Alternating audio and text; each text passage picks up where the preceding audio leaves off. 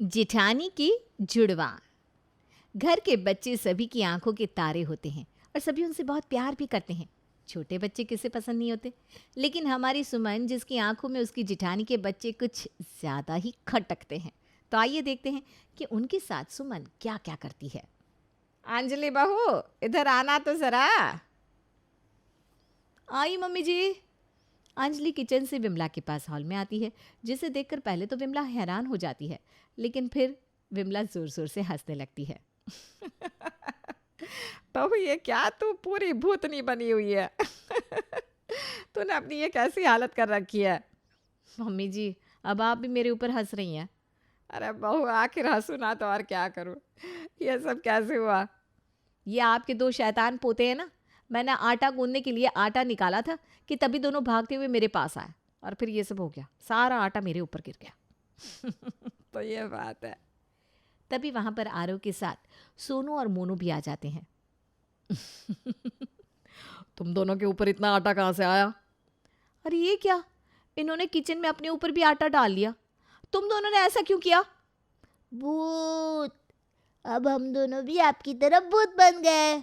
हे भगवान, एक को संभालना ही इतना मुश्किल होता है और ये दोनों तो एक ही जैसे हैं। कोई बात नहीं बहू, अभी ये बच्चे हैं, बच्चे तो शरारत करते ही हैं। हाँ मम्मी जी, ये तो है। बच्चों की वजह से ही तो घर में रौनक होती है। अच्छा, अब मैं इन दोनों शैतानों को नहला देती हूँ और खुद भी कपड़े बदल लेती हूँ, नहीं तो सब हमारा ये नया अवतार देखेंगे तो हम पर हंसेंगे। हाँ हाँ, जा बहू। अंजलि सोनू और मोनू को वहाँ से ले जाती है और वहीं दूसरी तरफ सुमन ब्रेकफास्ट रेडी कर देती है। फिर अंजलि रेडी होकर वापस ब्रेकफास्ट करने आती है। ये दोनों भूत भी आ गए। तुमने सुबह सुबह अपनी शरारतें शुरू कर दी। दादाजी, ये सब मोनू ने किया। अच्छा, आइडिया तो तुम्हारा था, नहीं तो। हाँ तो अच्छा अच्छा, अब बस करो, चलो जल्दी जल्दी ब्रेकफास्ट कर लो। फिर आप हमें आइसक्रीम खिलाने ले जाएंगे। अच्छा ठीक है। ये हाँ, ये बहुत अच्छा है। पहले तुम दोनों शरारत करो, फिर तुम्हें आइसक्रीम भी चाहिए। हाँ हाँ। अच्छा बच्चों, बाद में बताती हूँ तुम्हें। अरे अरे, कोई बात नहीं बहू, ये दोनों अभी बच्चे हैं। अगर बच्चे शरारत नहीं करेंगे तो भला कौन करेगा। बिल्कुल सही कहा आपने पापा, और बच्चे तो बड़े मासूम होते हैं। हाँ बिल्कुल। इस तरह ब्रेकफास्ट करते समय सभी सोनू और मोनू की शरारतों की बातें करते हुए उन दोनों पर हंस रहे थे। फिर सब अपने अपने काम पर चले जाते हैं। वहीं दूसरी तरफ सुमन अपने कमरे में। बताओ तो, सुबह सुबह उन दोनों ने इतनी बड़ी शरारत की और उन्हें डांटने की बजाय सब उनकी तारीफों के पोल बांध रहे थे। उन दोनों को कितना सिर पर चढ़ा रखा है सबने, और मेरे बच्चे की तरफ तो किसी का ध्यान ही नहीं होता। फिर कुछ दिन बाद, मम्मी जी, मैं और सुमन बाजार जा रहे हैं।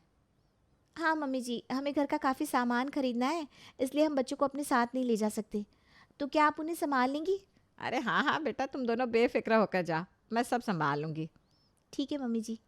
उसके बाद सुमन और अंजलि दोनों बाजार चली जाती हैं और विमला घर पर सोनू, मोनू और वंश का ध्यान रखती है। चलो, तीनों बच्चे तो सो रहे हैं, मैं भी आराम से टीवी देख लेती हूँ। विमला टीवी देख रही थी कि उसकी थोड़ी देर बाद ही तीनों बच्चे वहाँ पर आते हैं। दादी दादी, हमारे साथ खेलिए ना। अरे बेटा, मैं तुम्हारे साथ क्या खेलूँगी भला। दादी, हम सब छुपम छुपाई खेलेंगे। नहीं नहीं, हम सब पकड़म पकड़ाई खेलेंगे। अरे बेटा, मैं इस उम्र में कैसे भाग पाऊंगी। हाँ, चलो हम सब ना छुपम छुपाई खेल लेते हैं। तुम सभी जाकर छुप जाओ, मैं तुम्हें ढूंढूंगी। ठीक है, ओके दादी। उसके बाद तीनों बच्चे छुप जाते हैं। अरे मैं भला इस उम्र में इनके साथ कैसे खेलूं। अभी ये सब जहाँ छुपे हैं, थोड़ी देर वहीं छुपे रहने देती हूँ, कम से कम थोड़ी देर तो शांति रहेगी। उसके बाद विमला सुमन के पास कॉल करती है। अरे बहू, तुम दोनों कितनी देर में आ रही हो। बस मम्मी जी, 15 मिनट में हम घर पहुंच जाएंगे। उसके बाद, चलो 15 मिनट तो अभी बीत जाएंगे, बच्चों को कुछ पता भी नहीं चलेगा। बच्चों, तुम सब अच्छे से छुपना, मैं तुम्हें ढूंढने आ रही हूँ। विमला वहीं सोफे पर बैठकर बच्चों को आवाज़ लगाती है। विमला को लगा था कि वो ऐसा करेगी तो बच्चे कहीं नहीं जाएंगे और एक ही जगह छुपे रहेंगे। अरे बच्चों, तुम सब कहाँ छुप गए, मुझे तो तुम मिल ही नहीं रहे हो। विमला आराम से बैठकर उन्हें आवाज़ लगा रही थी, लेकिन तभी एक साथ तीनों के रोने की आवाज़ आती है। विमला एक कमरे में जाकर देखती है तो तीनों एक फ़ोन के लिए लड़ रहे थे और एक दूसरे को मार रहे थे। अरे तुम सब इस तरह मत लड़ो, लड़ना गलत बात है ना। वंश बेटा अब तो चुप हो जा, मैं तुम सबके लिए चॉकलेट लेकर आती हूँ, ठीक है? लेकिन उनमें से कोई भी चुप नहीं हो रहा था। अरे चुप भी हो जाओ। तभी सुमन और अंजलि भी वहाँ पर आ जाती हैं। मम्मी जी क्या बात है, तीनों बच्चे इस तरह रो क्यों रहे हैं? हाँ मम्मी जी क्या हुआ? उसके बाद सुमन वंश को चुप करवाती है। अंजलि और विमला दोनों मिलकर सोनू और मोनू को चुप करवा रही थी। इसी दौरान विमला उन्हें सारी बात बताती है। अरे सोनू बेटा चुप हो जा, मैं तुम्हारे लिए आइसक्रीम लेकर आऊंगी। हैं मोनू, तुम भी इस तरह मत रो, तुम अच्छे बच्चे हो ना। जब विमला और अंजलि दोनों मिलकर सोनू और मोनू को चुप करवा रही थी, तब ये देखकर सुमन को बहुत गुस्सा आ रहा था। दरअसल सोनू और मोनू दो बच्चों को एक साथ संभालना अंजलि के लिए मुश्किल होता था, इसलिए विमला उन्हें चुप करवा रही थी। लेकिन सुमन देखती है कि विमला ने एक बार भी वंश को चुप करवाने की कोशिश नहीं की, वो सिर्फ सोनू और मोनू के पास ही थी। ये सब देखकर सुमन बहुत ज़्यादा चिढ़ जाती है और वंश को लेकर अपने कमरे में चली जाती है। कोई बात नहीं बेटा, तुम चुप हो जाओ, मैं तुम्हें अपना फ़ोन दूंगी। हाँ। उसकी थोड़ी देर बाद वंश चुप हो जाता है और सुमन के फ़ोन में गेम खेलने लगता है। मम्मी जी ने एक बार भी वंश को चुप करवाने की कोशिश तक नहीं की, बस हर टाइम सोनू मोनू यही करती रही। अरे वंश भी तो उन्हीं का पोता है और घर का सबसे छोटा बच्चा भी, बल्कि सबको वंश के बारे में ज़्यादा सोचना चाहिए, लेकिन नहीं, हर टाइम सिर्फ सोनू और मोनू, बस यही तो चलता है इस घर में। इस तरह कुछ दिन बीत जाते हैं और फिर सोनू और मोनू का बर्थडे आता है। ये दोनों शैतान आज 7 साल के हो गए। देखो तो दोनों कितनी जल्दी बड़े हो गए। बेशक ये कितने भी बड़े हो जाए, लेकिन हमारे लिए तो छोटे बच्चे ही रहेंगे। हाँ ज़रूर, मेरा बच्चा तो बूढ़ा हो गया है ना, जो उसकी तरफ किसी का ध्यान ही नहीं जाता। अच्छा बताओ बच्चों, तुम दोनों को क्या चाहिए? मुझे साइकिल चाहिए। ठीक है बेटा, हम ले आएंगे। बस मम्मी जी पापा जी, आप दोनों ना इन्हें ज़्यादा सर पर मत चढ़ाइए, वो तो पहले से ही सर पर चढ़े हुए हैं दीदी। अरे कोई बात नहीं बेटा, अब ये दोनों समझदार हो गए हैं, धीरे धीरे ये बड़े होते जा रहे हैं। अभी तो आपने कहा था कि चाहे ये कितने भी बड़े हो जाए, हमारे लिए तो बच्चे ही रहेंगे। हाँ वो बात भी है, दोनों ही सही बात है। चलिए सहूलियत के हिसाब से बात इस्तेमाल कर लेनी चाहिए। वो तो है ही। अच्छा चलो, तुम दोनों खाने की तैयारी कर लो, तब तक हम इन दोनों के लिए सामान लेकर आते हैं। जी पापा जी। उसके बाद शाम को सोनू और मोनू का बर्थडे सेलिब्रेट होता है। सभी उन दोनों के लिए डबल गिफ्ट्स लेकर आते हैं, क्योंकि दोनों जुड़वा बच्चे थे, दोनों हमेशा एक जैसे कपड़े पहनते थे। ये सब देखकर सुमन को ऐसा महसूस होता था कि सभी वंश को उन दोनों से अलग समझते हैं। देखो मैं तुम दोनों के लिए सेम ड्रेस लाई हूँ। ये मम्मी जी ये ड्रेस तो बहुत अच्छी है। अरे बेटा मैं तो वंश के लिए भी लाने की सोच रही थी, लेकिन वो अभी छोटी है ना, उसकी साइज़ में मुझे ये ड्रेस नहीं मिली, नहीं तो तीनों भाइयों की एक जैसी ड्रेस हो जाती। मुझे सब पता है, अब बहाना बना रही है, अगर लानी होती तो कोई भी ड्रेस ला सकती थी। हाँ कोई बात नहीं मम्मी जी। इस तरह सुमन यही सोचने लगी थी कि सब सोनू और मोनू से ज़्यादा प्यार करते हैं और वंश की तरफ कोई भी ध्यान नहीं देता, जिसकी वजह से सुमन की आंखों में सोनू और मोनू दोनों ही खटकने लगते हैं। अगली सुबह, सोनू मोनू जल्दी करो, नहीं तो स्कूल के लिए लेट हो जाओगे। बच्चों जल्दी करो। हाँ मम्मी, लेकिन हमारे बैग में सारे बुक्स रख देना। हाँ बेटा रख दी मैंने, चलो जल्दी करो। हाँ मम्मी। ये दोनों भी ना भागते भागते तैयार होते हैं। कुछ ज़्यादा ही लाड लेना मम्मी जी। वो तो है बहू। हर बार इनकी ही साइड लेनी है, डांटना तो है ही नहीं कभी। सोनू और मोनू शाम को स्कूल से घर वापस आते हैं तो उनका उदास चेहरा देखकर अंजलि कहती है, क्या बात है बेटा, तुम दोनों इतने उदास क्यों? मम्मी आज मैम ने हमारी पिटाई की। हाँ मम्मी, मैम ने हमें बहुत जोर से मारा। लेकिन क्यों बेटा? आपने पिछले 3 दिन से हमारे स्कूल की बुक्स नहीं रखी थी। अरे लेकिन मैं तो तुम दोनों का बैग सुबह पैक करती हूँ और उसकी थोड़ी देर बाद चेक करके ही भेजती हूँ। मैंने तुम्हारी सारी बुक्स रखी थी। हमें कल और परसों भी मैम ने बहुत डांटा था क्योंकि हम 2 दिन से बुक्स नहीं लेकर जा रहे थे। इसलिए जब आज भी बुक्स लेकर नहीं गए तो मैम ने बहुत मारा। हाँ मम्मी, मैंने इसीलिए सुबह आपको बुक्स रखने के लिए बोला था। अरे लेकिन बेटा ऐसे कैसे हो सकता है? मैंने तुम्हारी सारी बुक्स बैग में रखी थी।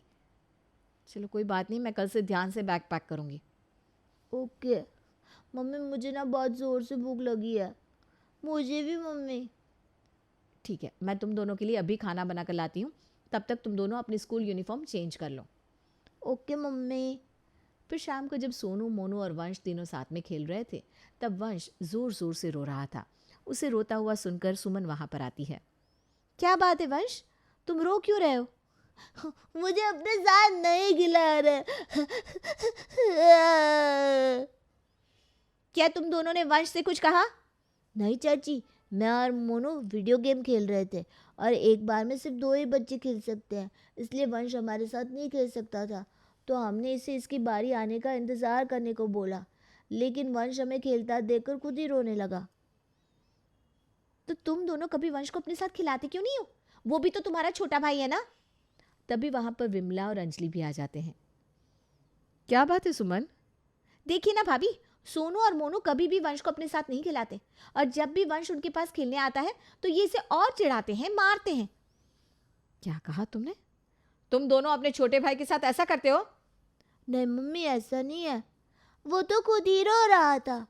हाँ, अब झूठ भी बोलना सीख रहे हो। तुम दोनों की शरारतें दिन ब दिन ज्यादा ही बढ़ती जा रही। कोई तुम्हें कुछ कहता नहीं, इसलिए ज्यादा ही सर पर चढ़ रहे हो। लेकिन अब बहुत हुआ, कम से कम अपने छोटे भाई के साथ तो ऐसा मत करो। हाँ बच्चों, वंश अभी तुमसे छोटा है और तुम्हारा छोटा भाई है। तुम्हें तो उसका बल्कि ज्यादा ध्यान रखना चाहिए, और तुम दोनों उसी को इतना रुला रहे हो। ये तो बहुत ज्यादा गलत बात है। दादी ऐसा नहीं है, हम बस वीडियो गेम खेल रहे थे और वंश भी उसे खेलने की जिद करने लगा। तो तुमने उसे अपने साथ क्यों नहीं खिलाया? वो भी छोटा है। तो तुम भी तो ज्यादा बड़े नहीं हो बेटा। मम्मी जी, ये दोनों ऐसे नहीं मानेंगे। उसके बाद अंजलि उन दोनों का वीडियो गेम लेकर ऊपर रख देती है। अब से तुम दोनों कोई वीडियो गेम नहीं खेलोगे, यही तुम्हारी सजा है। बिल्कुल सही किया बहू। आजा वंश बेटा, आजा मेरे पास, मैं तुझे आइसक्रीम दिलवा कर लाती हूँ। हाँ। इसके बाद विमला वंश को वहां से लेकर चली जाती है। अब चलो जाओ, तुम दोनों बैठकर अपना होमवर्क करो। ठीक है मम्मी। उसके बाद अंजलि सोनू और मोनू को भी वहां से ले जाती है और उन्हें होमवर्क करने बिठा देती है। अब आया ना मज़ा। फिर अगले दिन जब सोनू और मोनू स्कूल से वापस घर आते हैं, तुम दोनों इधर आओ। मम्मी। क्या मम्मी? हाँ, तुम दोनों स्कूल का काम करके क्यों नहीं जाते? मैंने कल तुमसे कहा था ना कि अपना स्कूल का होमवर्क फिनिश कर लो। लेकिन मम्मी, हमने होमवर्क किया था। अब तुम दोनों झूठ भी बोलने लगे हो। आज मेरे पास तुम्हारी मैम का फ़ोन आया था, उन्होंने मुझे बताया कि तुम होमवर्क करके नहीं ले जाते हो। लेकिन मम्मी, हम तो डेली होमवर्क करते हैं। बस, अब तुम्हारे झूठ और बहाने बढ़ते ही जा रहे हैं। तुम दोनों ऐसे नहीं मानोगे। अब से ना तुम्हें कोई वीडियो गेम मिलेगा और ना ही तुम्हें कोई फ़ोन या टीवी। अंजलि के डांटने से सोनू और मोनू रोने लगते हैं। तभी वहां पर महेश आता है। अरे क्या बात है बहू, तो इन बच्चों को क्यों डांट रही है? पापा जी, इनकी शरारतें दिन ब दिन बढ़ती जा रही है और ये अपना होमवर्क भी नहीं करते। कोई बात नहीं बहू, बच्चे हैं, मान जाएंगे, मैं इनका होमवर्क करवा देता हूँ। उसके बाद महेश सोनू और मोनू को अपने साथ ले जाता है। फिर शाम को अरे कोई इधर तो आना जरा। महेश की आवाज़ सुनकर अंजलि, सुमन और विमला तीनों उसके कमरे में जाते हैं। क्या हुआ पापा जी? बेटा, किसी ने मेरा इतना कीमती वाज तोड़ दिया। ये वाज मुझे मेरे दादाजी ने दिया था। अगर तुम में से किसी से साफ सफाई करते टाइम गलती से ये टूटा है तो अभी बता दो मुझे। नहीं पापा जी, हमने नहीं तोड़ा। हाँ, हम तो आपके कमरे में आए ही नहीं थे। हाँ, लेकिन दिन में सोनू और मोनू इस कमरे में आए थे और वो दोनों कह रहे थे कि वो छुपम छुपाई खेल रहे हैं। क्या कहा? अब इन दोनों की खैर नहीं है। उसके बाद वो सभी सोनू और मोनू को अपने पास बुलाते हैं। तुम दोनों ने ऐसा किया है ना? लेकिन मम्मी, हमने नहीं तोड़ा। तुम दोनों ही दिन में अपने दादाजी के कमरे में गए थे। हाँ मम्मी, हम बस थोड़ी देर छुपे थे। हम सुमन चाची के साथ खेल रहे थे, उन्होंने हमें वहाँ पर छुपने को बोला था। हे भगवान, अब ये दोनों बच्चे मेरा नाम लगा रहे हैं। तुम दोनों शोर मचा रहे थे, इसलिए मैंने तुमसे कहा कि कहीं भी छुप जाओ। इसका मतलब ये नहीं कि मैंने तुम्हें वाज तोड़ने को बोला था। अब तुम अपनी गलती का इल्ज़ाम भी दूसरों पर लगाने लगे हो। मम्मी हम सच कह रहे हैं, चाची ने। लेकिन कुछ नहीं। और क्या तुम बार बार चाची को बोल रहे हो? अब बहुत हुआ। एक तो डेली तुम्हारे स्कूल से कंप्लेंट आ रही है, ऊपर से घर में भी तुम्हारी शरारतों का आतंक बढ़ता ही जा रहा है। हाँ बेटा, तुम छोटी मोटी शरारत करते हो वो तो चल जाता है, लेकिन अब तुम झूठ भी बोलने लगे हो और दूसरों पर इल्ज़ाम लगा रहे हो। ये बात बहुत ज़्यादा गलत है। मुझे तुमसे ये उम्मीद नहीं थी बच्चों। लेकिन दादू हमने सच में वाज नहीं तोड़ा। बस, ये दोनों तो अपनी बात करने को तैयार ही नहीं। बहू, इन दोनों को इनके कमरे में बिठा दे। अब से घर में इनकी मर्जी चलना बिल्कुल बंद। उसके बाद सभी सोनू और मोनू को बहुत ज़्यादा डांटते हैं। वहीं दूसरी तरफ सुमन अपने कमरे में। ये हुई ना बात, जो अब इन दोनों को डांट पड़ने लगी है। अगर पहले ही इनकी हरकतों पर डांट पड़ जाती तो आज ये दोनों सिर पर इतना नहीं चढ़ते। फिर अगले दिन, ऐसा कैसे हो सकता है? डेली सोनू और मोनू के होमवर्क ना करने की कंप्लेंट आती है। कल तो मैंने ही दोनों को डांट कर होमवर्क करवाया था। उसके बाद अंजलि सोनू और मोनू की नोटबुक चेक करती है तो देखती है कि उसके पेज फटे हुए थे। लेकिन ऐसा कौन कर सकता है? उसके बाद अंजलि बाकी दिनों की तरह सोनू और मोनू का होमवर्क करवा देती है और उनके कमरे में बैग रख देती है। थोड़ी देर बाद सुमन उनके कमरे में जाती है और उनका होमवर्क फाड़ देती है। ऐसा करते हुए अंजलि उसे देख लेती है। अच्छा, तो ये सब तुम कर रही थी? अंजलि की आवाज़ सुनकर सुमन डर जाती है। क्या मैंने तो कुछ भी नहीं किया। झूठ मत बोलो सुमन, मैंने खुद तुम्हें अपनी आंखों से ये पेज फाड़ते हुए देखा। तुमने ऐसा क्यों किया? क्यों क्या? सबने इन दोनों को इतना सर पर चढ़ा रखा है।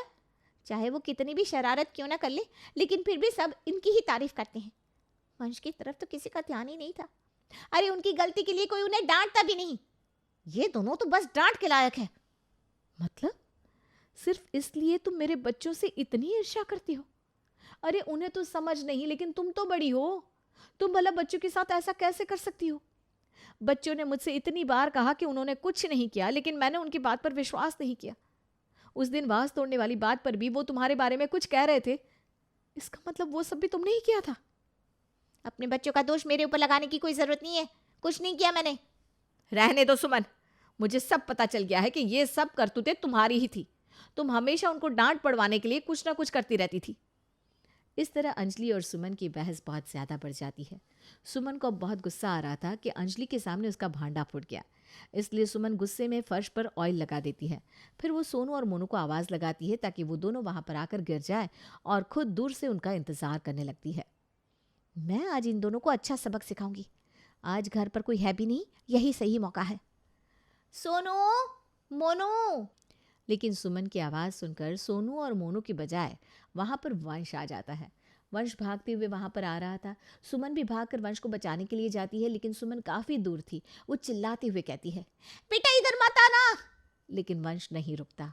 वो फर्श पर गिरने ही वाला था कि तभी वहाँ पर अंजलि आ जाती है और वंश को गिरने से बचा लेती है। वंश बेटा, तुम ठीक तो हो ना? हाँ बड़ी मम्मी, मैं ठीक हूँ। वंश बेटा, तुम ठीक तो हो ना? हाँ मम्मी।